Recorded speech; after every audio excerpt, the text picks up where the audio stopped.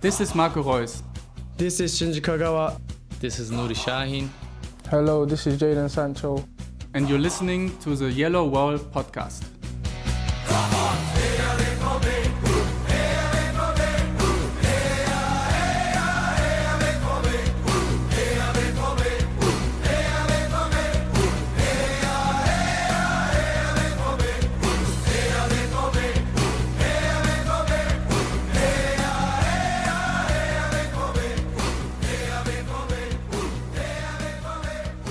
Hello and welcome to episode 533 of the Yellowwallpod. I'm your host Stefan Botzko, and today Borussia Dortmund beating FC Augsburg 2-0, and we will also preview the upcoming game against Hamburg and a lot of things to discuss in between, such as Alex Popp becoming a Borussia Dortmund player or Özcan and Süle no longer being extended.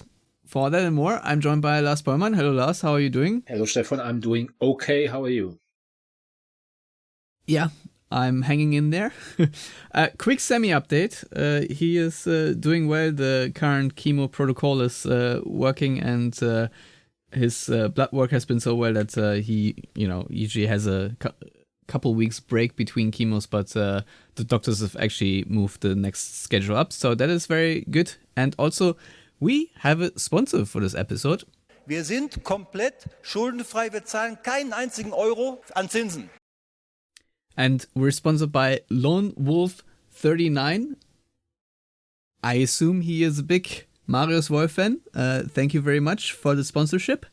And if you want to sponsor an episode, you can of course do that on our Patreon. You can go there. I think it's tenner. Don't forget to unsubscribe after you subscribed or sponsor an episode, or this will be a reoccurring thing. But thank you very much.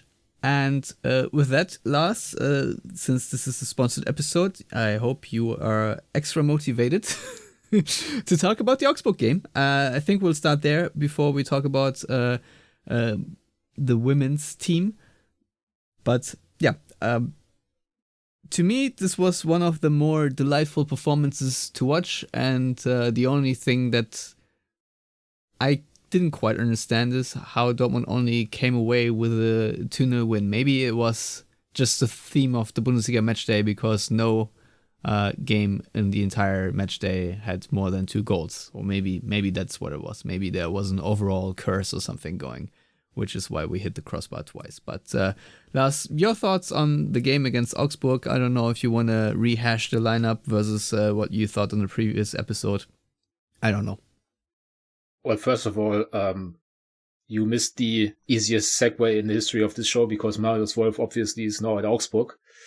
I guess I said last week I don't expect any surprises, and then there kind of was the surprise of neither Girassi nor Silva starting, with Kovac rather going for the striking partnership, I guess we could call it, between Adeyemi and Bayer. It wasn't really an experiment with a view to next season. Kovac had a fairly boring tactical reason he talked about after the game, which I've already forgotten because it was quite boring. I thought it was the power of friendship. Yeah, that's typically Dortmund's biggest strength, but in this case it was about how Augsburg line up, and I guess it was also probably just a good way to implement a few players that he wanted to see.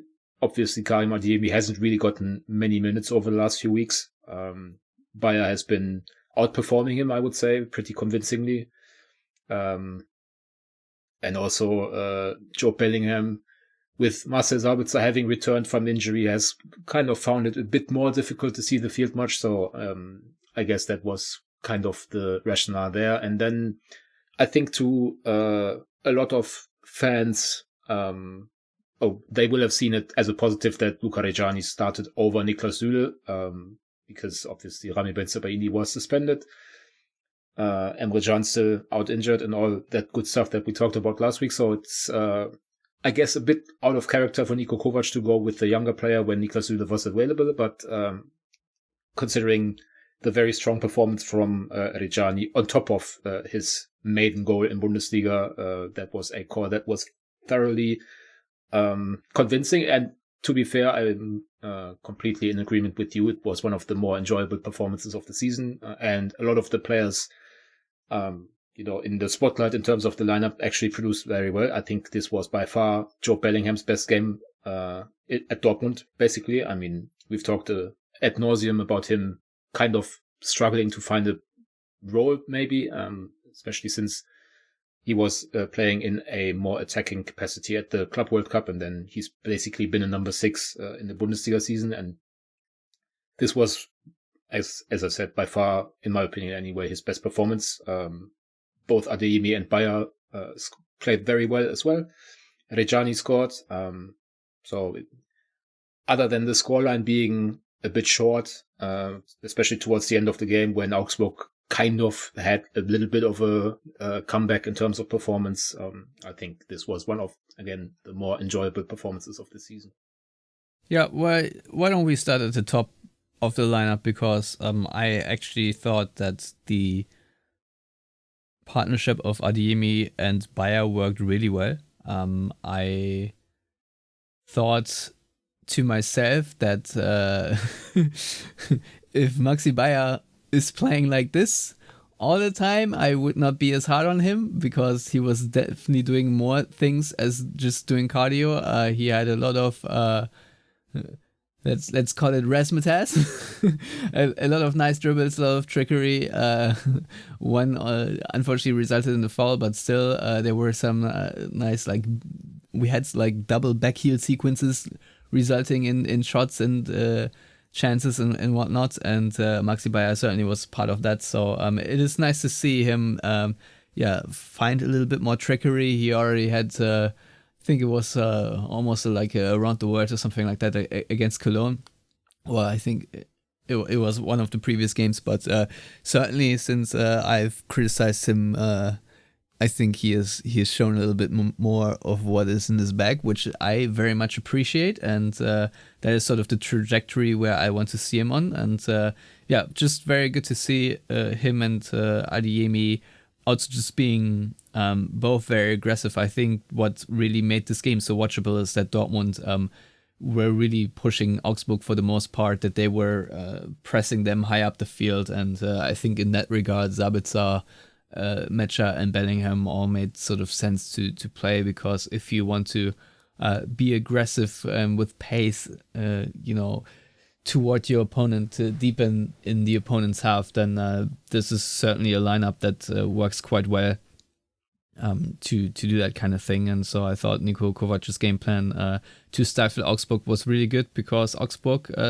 in previous games have done pretty well against bigger teams. Most notably, obviously, the only defeat that Bayern Munich suffered this season in the Bundesliga came at the hands of Augsburg. So I'm very glad that this did not happen to Dortmund. I think there were a couple of shaky moments, but the offside flag would have been raised in any case. But either way, I thought that Dortmund's aggression and sort of urgency and being on the front foot, something that we've missed a lot in many games this season, was on display. And this is sort of what I would like to see for the rest of the season, and also particularly against Hamburg, which is of course the next home match. But of course we would be very much remiss if we don't talk a little bit more about Luca Reggiani, because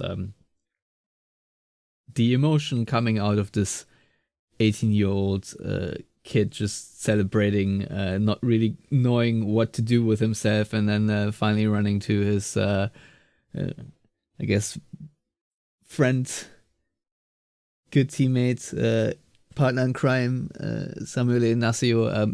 Just a very great celebration, and overall a very good weekend for young Italian athletes, seeing that in London, I forgot his name, but the 16-year-old kid, isn't he Italian too? No, never mind. But Max Dahlman, does he look sound Italian to you? No, I don't know why I misremembered that. I was, what the hell is he talking about? I don't know why, but Kimi Antonelli was certainly where I was heading with that, since he won his first Grand Prix in Formula One and became the first F1 driver to win since Fisichella. So it's been a while. Luca Reggiani apparently has never seen the Italian team make it out of the group stage at the World Cup in his lifetime. So certainly puts a lot of things in perspective with how the Italian national team has been doing lately. But that is obviously not the subject. But the subject here is that, it was just great to see this outpour of emotion. And it's cool to see youth players really just being this level of happy. I think we all deserve to see such an outpour as we're doing pretty well this season overall. Dortmund are in second place and whatnot, but just emotionally, I feel like we did not have too many highlights overall. So that, to me, certainly one of the highlights of the season. And it is nice that he not only score and that be the highlight, but to me, he did not have too many tackles, but I still thought that he had a very complete and overall very composed performance.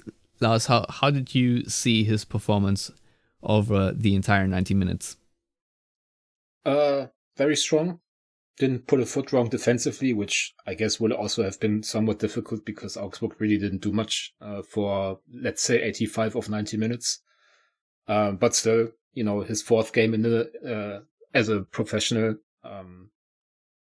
there's always like room for an odd error here or there. But, I think we've seen this season a lot of players playing next to Waldemar Anton kind of look all right in that regard. Remember when Anselmino had his first few games for Dortmund, also Filippo Mane outside of the St. Pauli game, obviously, but when he was recalled into action later that season. And obviously his goal, it came from a set piece, as is Dortmund's want these days, but still showing good awareness, nice header. And also just a sign of his size. I would say more his length than, necessarily his size, because as I said a few weeks ago, he's tall, but he's not really one of those big hulking center halves, which I guess at 18, there's also still very much room to grow. But it was certainly an encouraging performance. But I would still argue that it would be quite, a bit of a folly to expect him to be a full, member of your first team next season. I still think there's going to be some opportunities for him to play at the under 23s, maybe in the Regionalliga. I'm still expecting him to be part of the youth league squad next season if he's still eligible, which he should be, if I'm not mistaken. So it will still be a ways to go for him to be, at least in my estimation, a complete part of the first team. And he's getting opportunities right now because of injuries. And I guess Chelsea's decision to send Anselmino to Strasbourg, where he isn't playing, and Dortmund's decision not to make a transfer late in the window for another centre half. And I'm guessing a lot of people were angry then, are maybe not so angry anymore because one of the academy kids is getting opportunities that he otherwise wouldn't have gotten. Well, I still wish Dortmund had a little bit more depth during the games against Atalanta and Bayern Munich. But that being said, it is of course nice to have a bit of player development going on. I think now that Dortmund are firmer and firmer in the Champions League saddle, I hope we'll see actually more of that. I would have not been mad had Inacio seen a little bit of garbage time, even though, of course, I know Kovac with a 2-0, for him, garbage time does not exist. And if we take the Cologne game as evidence, he would be right. So, nevertheless, certainly very good to see. Think we should briefly still mention that Daniel Svensson, of course, had to come off injured during the game. Kovac said at the press conference after the game that he was already carrying a knock into the game. And after that foul, it was unfortunately curtains for him. So hopefully he's not out too long. I don't know if there's an update yet on him. I've certainly not seen it. But yeah, overall, I think very good performance. Overall, we can be pretty happy that Dortmund just dealt with Augsburg very competently. And like we said, a little annoying that more goals did not result from that. I thought Dahmen had a very good goalkeeper performance, but I think there were a couple of moments, especially also Girassi, I think at the end had a very good chance if he wasn't offside. I'm not entirely sure anymore, but Johan Brandt with a pretty easy forward pass to him, that certainly also could have been a goal. There were opportunities to score. We already talked about Dortmund hitting the bar twice. So, these things happened. Last, before we talk about Hamburg, let's stay with the game, and more or less what happened before the game is that Dortmund did announce that Alex Popp will be a Dortmund player starting next season, and she signed a contract till 2023. 2029. Exactly. So for 3 years. And to me, that's a very almost emotional moment, because I remember watching the Under 20 Women's World Cup that was happening in Germany, and I was at a game in Bochum where Alex Popp was among the goal scorers, and that was a very fun tournament, and sort of the no pun intended, in the moment, at least for me, where Alex Popp popped onto the scene, and she has become one of the most successful German female players, or just German footballers in general. And we all know that Dortmund are her childhood club, and she talked about in the interview that Dortmund did record with her that it was, of course, not a girlhood dream for her to play for Dortmund, because when she was a girl, Dortmund did not have a women's team. But now that they do, it certainly has been something in the back of her mind. And she said before it's too late, as she doesn't know how long she can still play, she put pen to paper and left VfL Wolfsburg along with forgot the first name, Kellerman. Lars, help me out. Ralf Kellerman, who is of course one of the biggest or more successful architects in women's soccer. So all in all, a pretty big haul, and once again underscores how serious Dortmund are about their ambitions in women's football. What are your thoughts?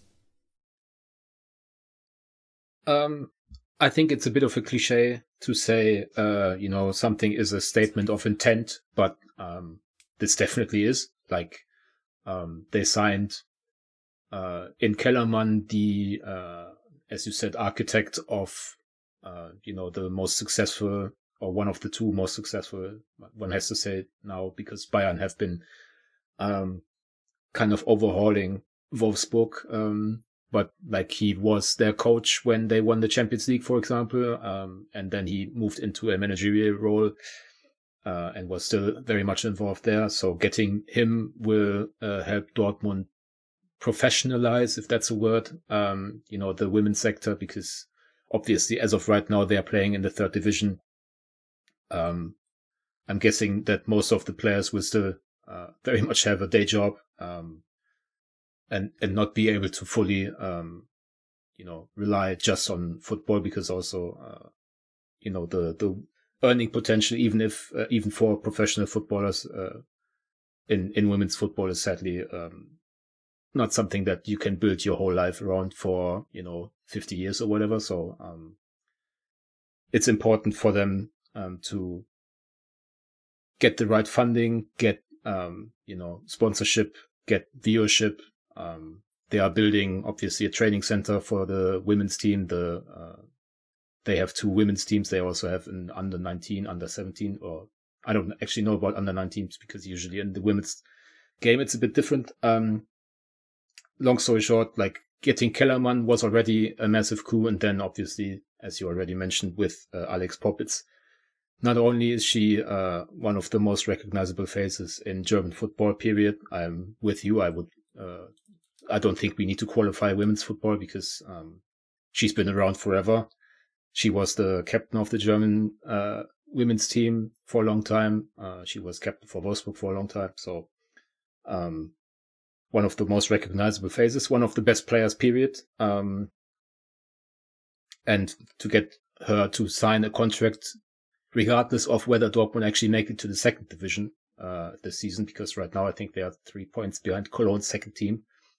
So it's definitely a possibility that she has to play at least one season in the third division. And as she mentioned in her interview, she played Champions League this season. So it's quite a step down, but I'm sure it's a sign of just how much it means to her to don the Borussia Dortmund jersey.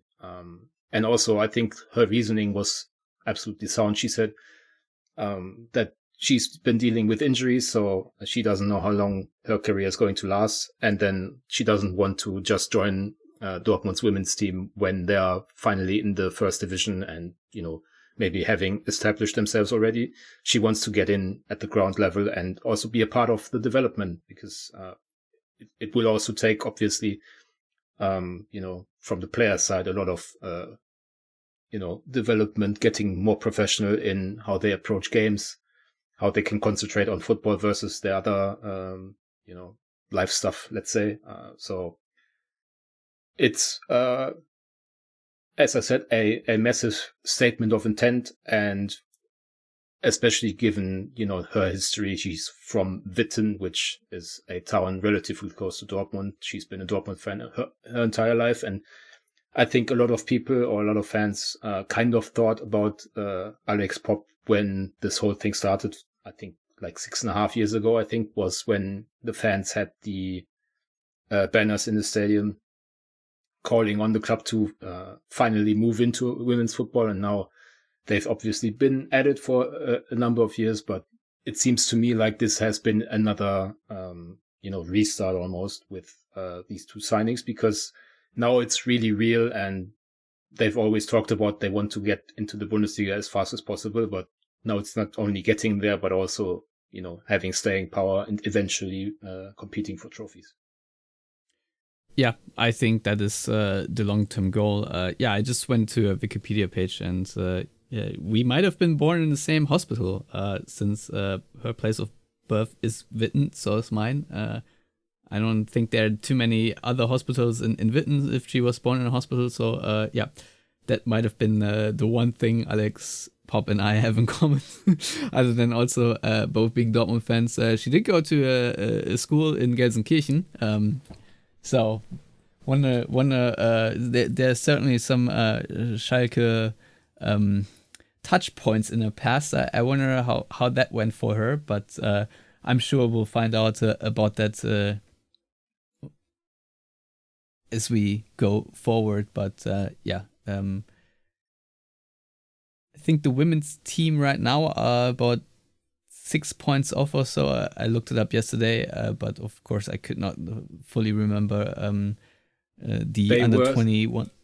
Weren't they 6 points behind before? Or maybe Cologne outside the game. That might have been the case. But the season only restarted this weekend because there's a longer winter break because it's a smaller league. And they played away to Mönchengladbach and won like 5-1, 5-2, something like that. Yeah, it might also be that they're 9 points behind and still had that game in hand. I'm not entirely sure. But either way, they're in second place in the Regionalliga. And there's only one promotion spot. So they have to clinch that.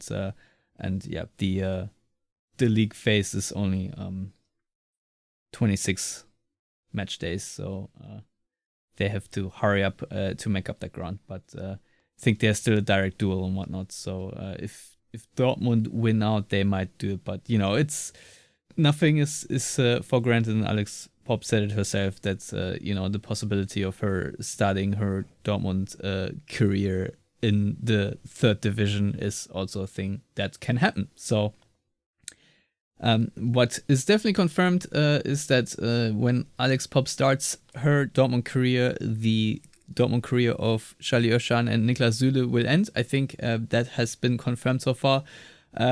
Lars, I don't think either of those news were a surprise to either of us. I know you've been very keen on Salih Özcan as he signed and started playing here, but I don't think it quite worked out the way you had imagined it. But nevertheless, I feel like I should still ask you how you feel about the, say, trajectory of Salih Özcan and his stint at Dortmund, and do you feel like it's the fault of the club for so misjudging what player he is? Do you think he's been wrongly utilized, or do you think it's just a combination of bad luck, injuries, and other factors? I guess at the end of the day, it's just lack of ability. Like, I guess they had a role for him in mind, that, you know, being the defensive-minded central midfielder, you know, as we said last week, vacuum cleaning ahead of, you know, defense, but he's not really done much of that. I think it was not only me, but also Matthias Sammer, who was very much in favor of his signing, and obviously he didn't cost a lot of money from Cologne back in the day, so it's not like it set them back or anything. He's also been a good teammate, very well liked in the dressing room, so it's not like he was a problem when he didn't play much or whatever, but it just didn't work out because at the end of the day, he doesn't have enough quality. I guess it's kind of the opposite with Niklas Süle, whom we can just move into, I guess, because there's no question that Niklas Süle has all the ability in the world, but you know, with him it's injuries, but also, you know, the lingering question: how much does he really want to be a professional footballer? How much does he care about his job and profession to be, you know, taking care of his body as he needs to? Like, it's uncomfortable to talk about with him, but it's definitely been a factor that for large parts of his Dortmund career, he's been overweight and as such, not really professional enough, in my opinion. I can say that because I'm also overweight. Obviously, I'm not being paid 14 million a year to play football. So I think there's a reason to be disappointed with Niklas Süle, especially considering how good he could be. And, you know, we've seen that in glimpses, but I guess that after these, 4 years, outside of that goal line clearance against Paris Saint-Germain, I don't know how many moments we will remember, maybe 2 or 3 years down the road. We will probably remember that there was a really good footballer who couldn't get out of his own way in a way. Yeah. Final question on that subject, and the whole Süle thing. Do you think should be, for Dortmund at least, sort of a reminder to not sign Bayern players or players that Bayern no longer wants or has rejected, etc.? Or do you think that that should still remain a case-by-case thing? I mean, I think, at least in my mind, Mats Hummels is probably the best example that it can work out quite well. Sabitzer is such a meh kind of player, I think, and Süle, I think, is the best example how it didn't work out. Were you on this sort of thing when Dortmund signed a player from Bayern who clearly is not deemed good enough by the league leaders? I mean, I don't think that that's necessarily a fair representation of what actually happened, because Bayern wanted to extend Niklas Süle's expiring contract, but they couldn't agree to terms because he thought he was worth more money, especially considering how much Bayern were paying other players. And obviously Dortmund gave him that kind of contract with the expectation that he would grow into a leadership role. And at the time, I think, I don't know if we were necessarily ecstatic, but we all thought this was a pretty massive deal for Dortmund and kind of a feather in the cap, signing someone away from Bayern. So I can... Yeah, that's why we're here now sitting with hindsight.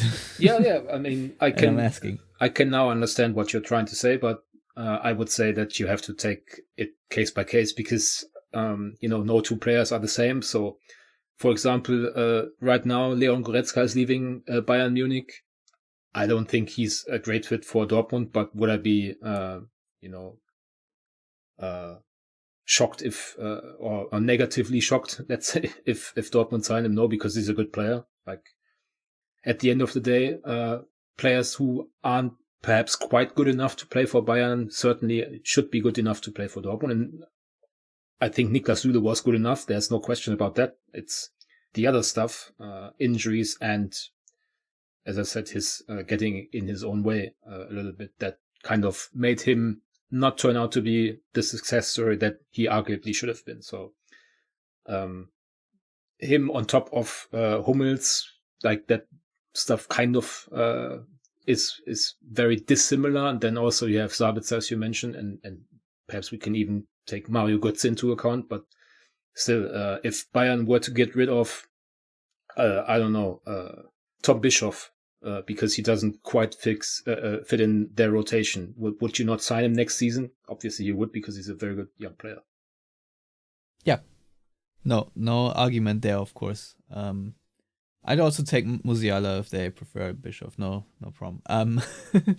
But yeah, let's talk about Hamburg real quick. They are still a little bit in the relegation zone, even though they are in 11th place right now, but it's all rather tight there. I think the 2-1 win they had 2 weeks ago against Wolfsburg certainly helped in that regard. A team that managed to hurt Bayern and also managed to hurt Dortmund, but both these things happened in Hamburg. I've not really looked at their away performance overall, but my hope is that away from home they're not as good as they're at home, and thus Dortmund also don't sit on a one scoreline if they once again score the first goal.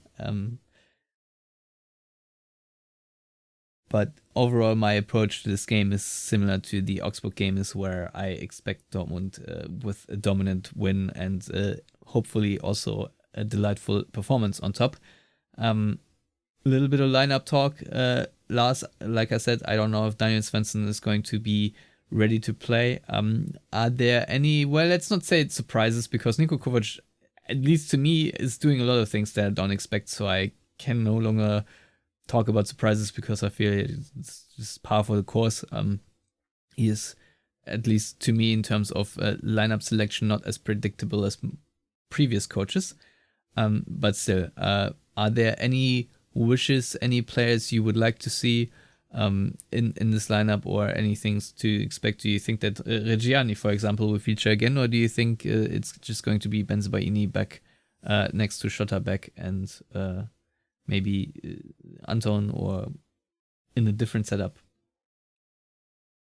Well, if Daniel Svensson can't play, then Rami Bensebaini is the most likely candidate to take over at the left wing-back position, which would leave a space open for Reggiani, which he definitely earned with his performance against Augsburg, not only with the goal, as we mentioned earlier. So I could see that. I could also see Maximilian Bayer once again playing the wing-back position against a team that will likely sit fairly deep.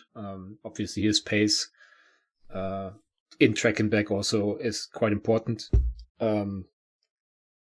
I watched, unfortunately, I have to say, because it was a terrible game, Hamburg's game against Cologne on Saturday evening, and it was the same as everything I've seen from Hamburg this season. They defend fairly well for a promoted side. I think Luka Vuskovic is probably the best young center half in the world. I don't know if that's too strong, but he is a magnet in the air. He's very good on the ball. He's very big, strong, physical. He scores quite a lot of goals, so he's the total package. So already also scored against Bayern. Yeah, he's already too good for Tottenham, not to say Hamburg. So I'm thinking it's going to be difficult to beat them in the air with him as the tower in the middle, let's say. So I wouldn't be surprised if they once again go with the Ademi Bayer pairing from that perspective, because I think don't Augsburg and Hamburg both play with a back three, which I guess would make sense for Dortmund to use the same tactics again. But then I kind of think it's unlikely for Serhou Guirassy to spend 2 games on the bench in a row. Like that, I don't think that's necessarily likely. So I wouldn't be shocked if it was a box standard starting 11 with kind of the only question being Daniel Svensson, I guess, versus Luca Reggiani, because then it depends on where Bensebaini plays. But it's not to be too inside baseball here, but it's Tuesday evening, so I don't know that they have had any kind of media availability or whatever. The press conference is 2 days from now, so it doesn't make too much sense to even contemplate the starting 11 too much. Yeah, no, you're right, but still, since we're here right now, that's the one chance we get to talk about it. Honestly, I'm right there with you. I think just for politic reasons, I guess you would play Guirassy because you obviously don't want him unhappy, and he's your best striker. But if it were up to me, I would like to see the Bayer Adeyemi tandem again too. Also like the way they press the opponent, and Guirassy has a lot of strengths, but counter pressing certainly not on the same level as the Adeyemi Bayer partnership. I personally would also appreciate if Kani Chukwuemeka started for once, just to see how he's doing, but that's just more personal wish. And he scored in Hamburg, so maybe that's another notch in his belt, if that's the saying. I have no idea, but yeah, it's time to unbuckle the belt and leave this episode. No, I don't know where I'm going with this.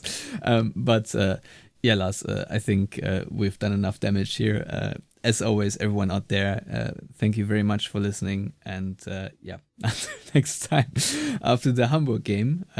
Is there an international break coming right up, or is it the week after? I don't have the schedule in front of me. It should be after this, because otherwise it would be in April, and I'm pretty sure I've always referred to it as the March international break. All right, then why don't we ask you guys to send us questions for the mid-international break episode. We'll obviously talk a little bit more about transfers, as Lars has already teasered on the previous episode. So yeah, to send us questions, why don't you use our YouTube channel and just throw them in the comments, and then for that episode we'll talk a little bit more about Dortmund's squad planning and how that's going to go. I mean, there were a couple of tidbits once again floating around this week about Dortmund maybe eyeing a defensive midfielder that's not just quote-unquote a vacuum cleaner, but also more of a strategic guy. But yeah, we'll see what we come up with. Until then, thank you very much again for listening, and until next time, goodbye.